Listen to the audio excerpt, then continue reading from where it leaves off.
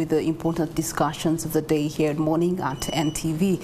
I am Priscilla Regina Naloga. Now in our Tech Talk this morning, we're going to be looking at mineral developments. If you get a chance or have already gotten a chance to look at the dailies this morning, they show you that we do have minerals that have been shining very well as far as exports are concerned between June and July.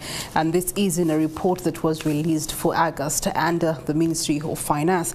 Therefore, it begs our conversation this morning, taking the trajectory of business value addition in Uganda's mineral sector. The backbone of it is that Uganda has hosted a vast number of critical minerals resources that have the potential to transform our country to a green economy, especially with the speciality of value addition.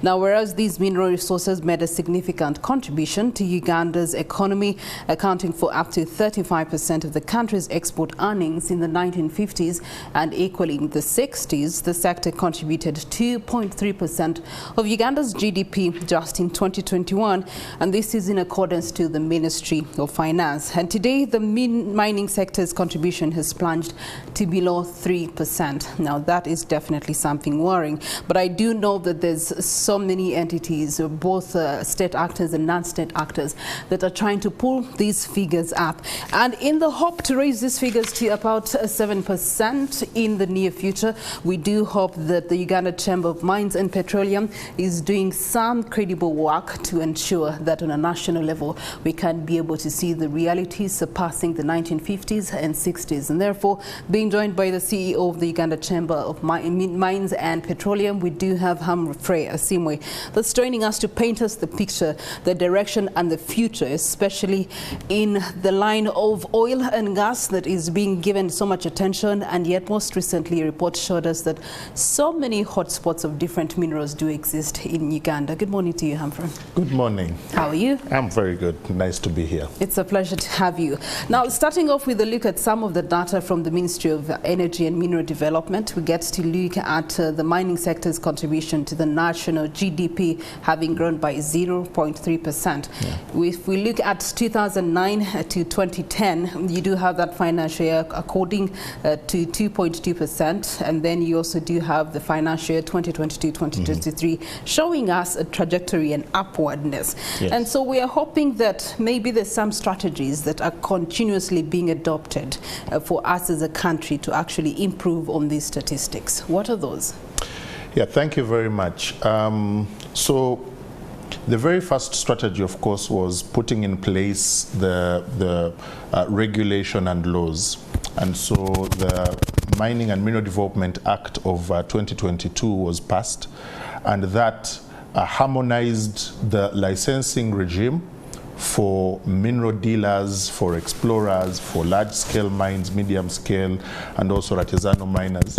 But then at the end of the day also, what this has done is it's created a framework that is open and transparent in a way that when it comes to applying for licenses, the process is very clear and very well known. There is also a push to make sure that there is value addition on the minerals in country.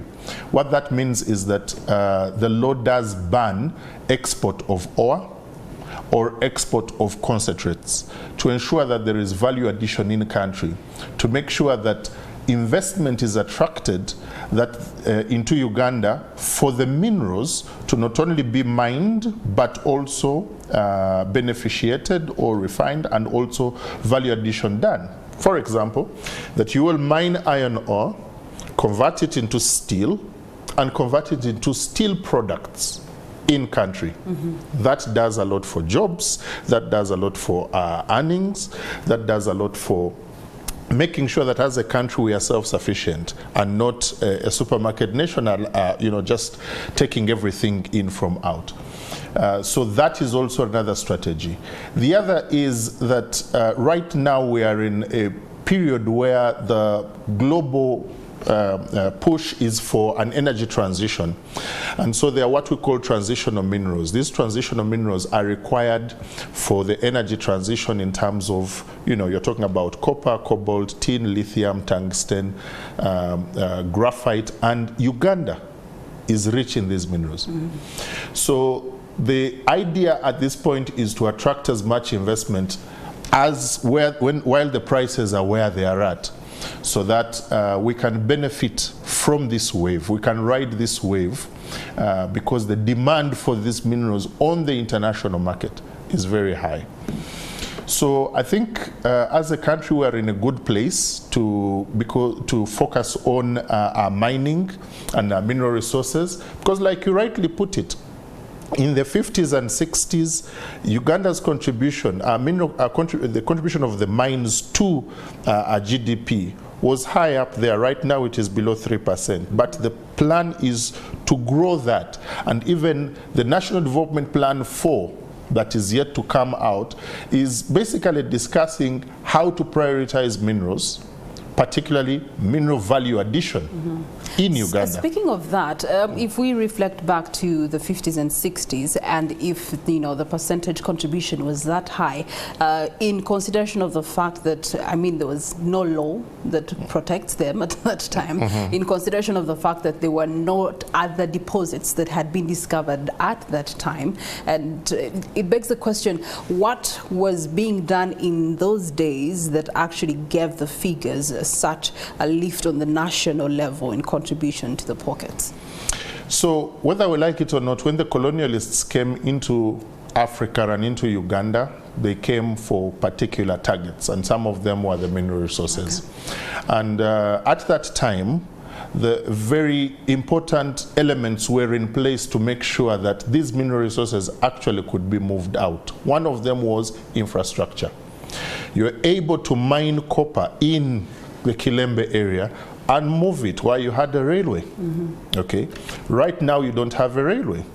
You're able to mine iron, or from the southwestern part of Uganda, you're able to mine tin and move it out. So because of the railway, because of the roads at the time. Yes, right now we have the roads. We don't have a railway that can handle the kind of minerals that we're talking about. So even as we're talking about developing our mineral resources, we have got to think about the infrastructure. Secondly, we've also got to think about energy, because the mining process and the refining process does require a lot of electricity, okay, and a lot of energy from whichever sources. So these were things that were not under a lot of pressure at the time. And now there's a lot of industrialization that is taking place, so the energy resources that we have got to be shared between domestic and industrialization, and now there is also the mineral part coming up. So even as government is moving towards moving Uganda to the place of being a mineral based country, we have got to think about the infrastructure, we have got to think about the energy, we have got to think about making sure that the value chains for these minerals are in country and they are complete, okay, so that you're able to mine or refine it and transform all the way to the final product in country if possible. Okay, yeah. So with the existing infrastructure, it's still a little bit difficult. You have made mention of the network, the transport network that is not favoring, and that's not yet about to change between you and me. I think about 35 years later and counting, the government is still priding in the road network when the other support infrastructures that are necessary to actually cause the very mining and minerals sector to boom, so much so that we can be able to actually afford these roads and these railways our own selves. So how are you merging that gap? So the discussions are around how do you build value chains around the deposits. Okay, so you can be able to, there are creative ways of being able to do this. If you're mining iron in an area, what can you do to make sure that you are doing the value addition maybe within the area? Okay, so that you do not have to incur the large transport, the high transport costs, and many other innovations around and about that. But then also it is not that our current transport infrastructure cannot do anything. It can assist, it can help, but if we are to get to the place that we need to get to, we've got to think holistically as well about there. And there's also a move to make sure that the meter gauge railway gets to some of these places, okay? And we appreciate that as the private sector. So when that does happen, of course, it will ease a little bit on the issue of cost of moving these items from one part of the country to another. Okay, the SGR is starting its construction for us on the side of Uganda this month. And what are the futuristic expectations to boosting the industry? So I mean, like I mentioned, if the areas that are mineral rich get connected onto these grids and these networks, then we should be able to have a reduction and a marked reduction in the transportation costs.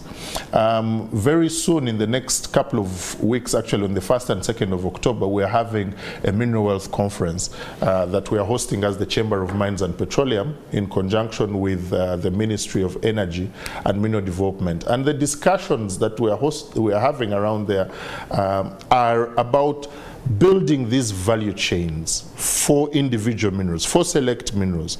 Uganda is mineral rich, that we know.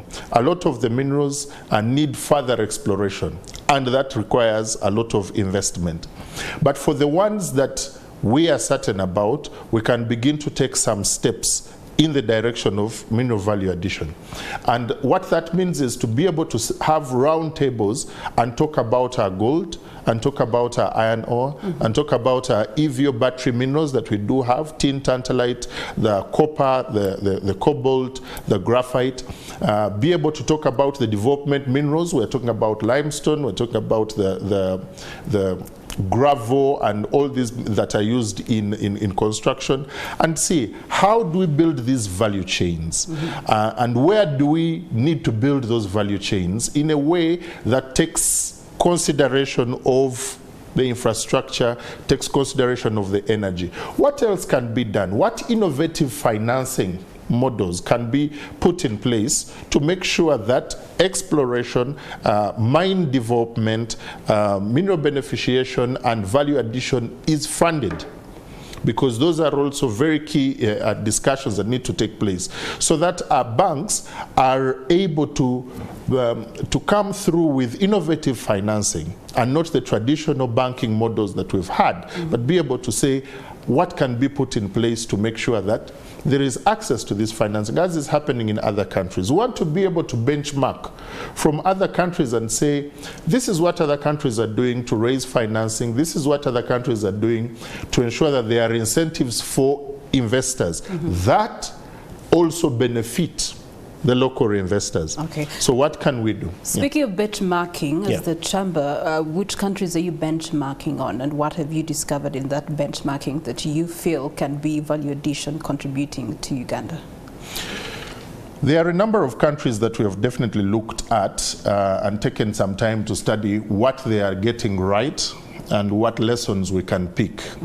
Countries that are doing a lot on incentives, for example, for investors and how that is working. You look at countries like Brazil, you look at countries like Namibia and Botswana, how they are able to attract investment and maintain the level of an investment climate that is able to bring in investors, because yes, the mineral resources are there, but now what is that brings in this money? Because money hates noise, money hates a lot of red tape. We want to be able to say, look, we have a beautiful law as a country. When it comes to the regulations, can we have discussions around certain critical issues to see if we can make them more investor friendly? And by investor I mean also the local investor, because you do have Ugandans who have interest in the mining sector and have the ability to invest in this area. In a number of countries you find that when it comes to raising financing, it is raised either in form of equity, where individuals can take equity, can go through stock exchanges, and those are locals investing in their own mineral resources. So I think those are some of the things that we are looking at, we've found, and we're bringing in discussion form to be able to, advise on policy and urge government that look into these areas. We are willing to support and make sure that we move this sector forward as a country. All right, so how do we move the sector forward as a country? First, as mentioned, it's important that we understand what we have. Okay? We need to understand what minerals we have, and a lot of work has been done in exploration, but more needs to be done on exploration in terms of actually quantifying the value of the minerals that we do have, because it's important to know that, say, gold is in this place, but how much gold? Is it commercially viable to set up a mine in this area? And all those kinds of things. So that is a big area that as a country there is focus on, not just government but also the private sector. And then thirdly, we need to also continue to look at our legal framework as a country when it comes to mining, check our regulations. Where there are no regulations, let those be formulated. Of the regulations meant to operationalize the Mining and Mineral Development Act of 2022, there are some that are still pending, and as a Chamber of Mines and Petroleum, we are happy to collaborate with government, and we are continually working and being involved in making sure that those regulations are also put in place to make sure that the legal framework is standard. We are hosting, as I mentioned, we are hosting as the chamber this discussion on the 1st and 2nd to be able to discuss the issues, get the ideas, get recommendations, come up with position papers that we can be able to run with as a country. But then also, in addition, as part and parcel of what we want to do in the month of October, we have a trip to the eastern part of Uganda to visit mining sites, at least 8 mining sites. And we are asking whoever is interested in coming through for that, to let us know. Because we believe that as we expose Ugandans to what is already in the country in terms of mining, there are opportunities that companies can begin to log into. There are also opportunities for investment. So we are hoping that this will be able to open the eyes of also the local Ugandans to be able to see what does exist. So there is quite a bit that needs to happen, and we are committed on the journey. All right. Uganda Chambers of Mines and Petroleum, on their social media platforms, you can be able to access all this information on the different projects as well as programs and the conference that is coming up next month. Humphrey Asiimwe, thank you so much for your contribution to this conversation. Now, speaking of infrastructure, we're going to be joined by Stephen Bide, who's giving us what is on ground. The Karuma Bridge and the closure for the next 3 months, what is it going to have as an impact on businesses, especially when it